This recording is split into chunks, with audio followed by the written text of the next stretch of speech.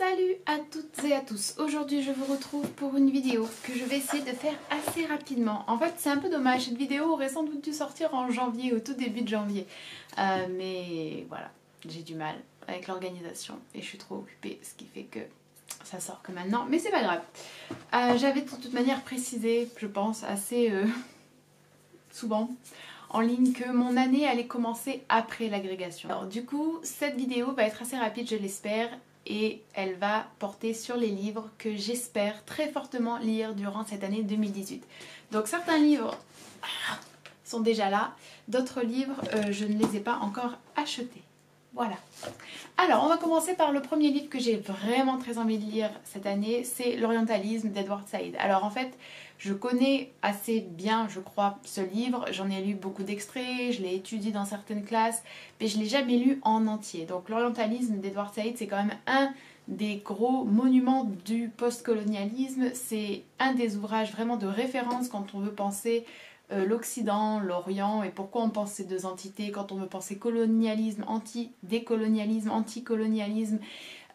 Et Edward Said est un auteur palestinien que j'aime beaucoup et qui a écrit également un livre qui s'appelle The Question of Palestine, la question de la Palestine, qui est un must-read aussi.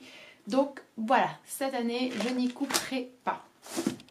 Deuxième livre, alors là je suis un peu moins sûre de moi, je dois l'avouer.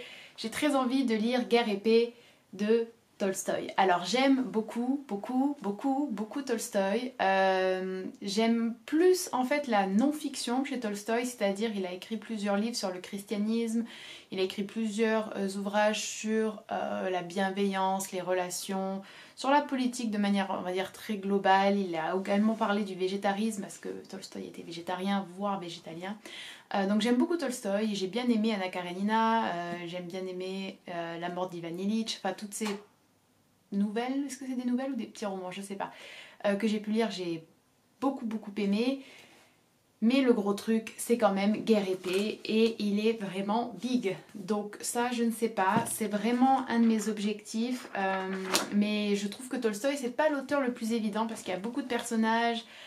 C'est vraiment dans la description, c'est très classique comme littérature et c'est pas toujours le plus évident.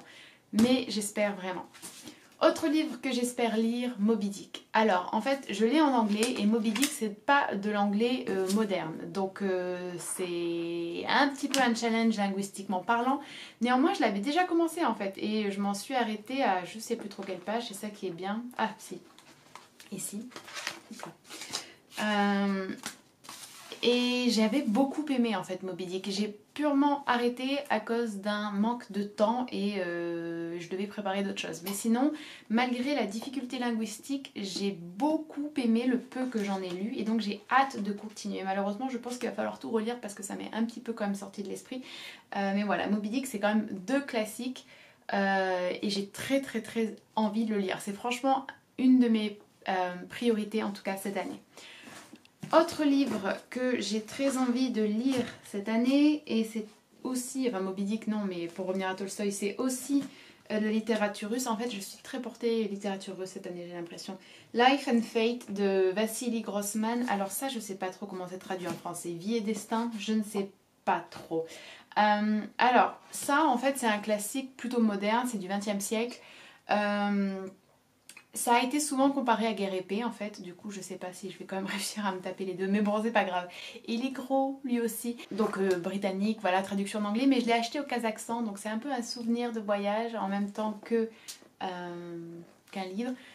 Ne vous excitez pas déjà, la raison pour laquelle je n'ai pas acheté de livres kazakh, c'est parce que je n'en ai trouvé aucun. Un de mes gros regrets c'était qu'au Kazakhstan je n'ai trouvé aucune librairie. En fait la culture kazakh est une culture nomade, donc très peu de littérature telle que voilà, il y a beaucoup de peut-être de tradition orale mais très peu de littérature, donc je n'ai pas trouvé. Et c'est vrai que même dans les, vu qu'ils ont été occupés par la Russie, et qu'ils entretiennent toujours des liens très étroits avec la Russie, beaucoup de rues, c'était par exemple la rue Gogol, la rue Dostoïevski, etc. Alors, on passe maintenant au livre que je n'ai pas sur moi, mais que je veux vraiment lire également. J'ai très envie de lire Les Villes Invisibles d'Italo Calvino. Les Villes Invisibles, apparemment, c'est un chef-d'œuvre, donc j'ai très envie de le lire. J'ai très envie de lire L'histoire de la sexualité de Foucault. Alors, j'ai lu L'histoire de la folie Je sais pas où il est. Voilà, et j'avais lu l'histoire de la folie à l'âge classique, très intéressant, très long et complexe, pas très divertissant. Mais voilà, j'ai vraiment envie de lire les écrits de Foucault sur la sexualité, ça me paraît être un peu primordial vu ce que j'ai envie de faire. Ensuite, j'ai très envie de lire L'Idiot et les frères Karamazov. J'ai déjà lu les frères Karamazov, mais c'était il y a très longtemps en fait, et je m'en souviens pas du tout. Donc j'ai vraiment envie de lire ça. J'ai très envie de lire L'Idiot parce que, en fait, bon, je ne pense pas m'orienter vers ça, mais lorsque je pensais encore pouvoir faire une thèse, ce que je pense malheureusement beaucoup moins à l'heure actuelle, étant donné que les contrats doctoraux dans les humanités et en lettres modernes, il y en a très peu, que nous n'avons pas de bourse et pas de financement contrairement aux sciences, et qu'en plus ils prennent pratiquement que des agrégés, voilà. Mais l'idée de la reconstruction ou de la réécriture de la figure du Christ, c'était quelque chose qui m'intéressait beaucoup, en passant par Shelley, en passant par Rousseau, en passant par Tolstoï et en passant par l'Idiot. Et j'avais très envie de travailler là-dessus et c'est toujours quelque chose qui m'intéresse quand même, donc j'ai très envie de lire L'Idiot. Et enfin, dernier livre pour finir que j'ai très envie de lire, j'ai envie de relire Les Misérables parce que j'ai lu Les Misérables quand j'étais super jeune. Je pense que j'avais 13 ans la première fois que j'ai lu Les Misérables et donc je m'en souviens quand même pas trop bien. Donc voilà, c'est les livres que j'ai très envie de lire en 2018. Bien évidemment, je vais pas lire que ça.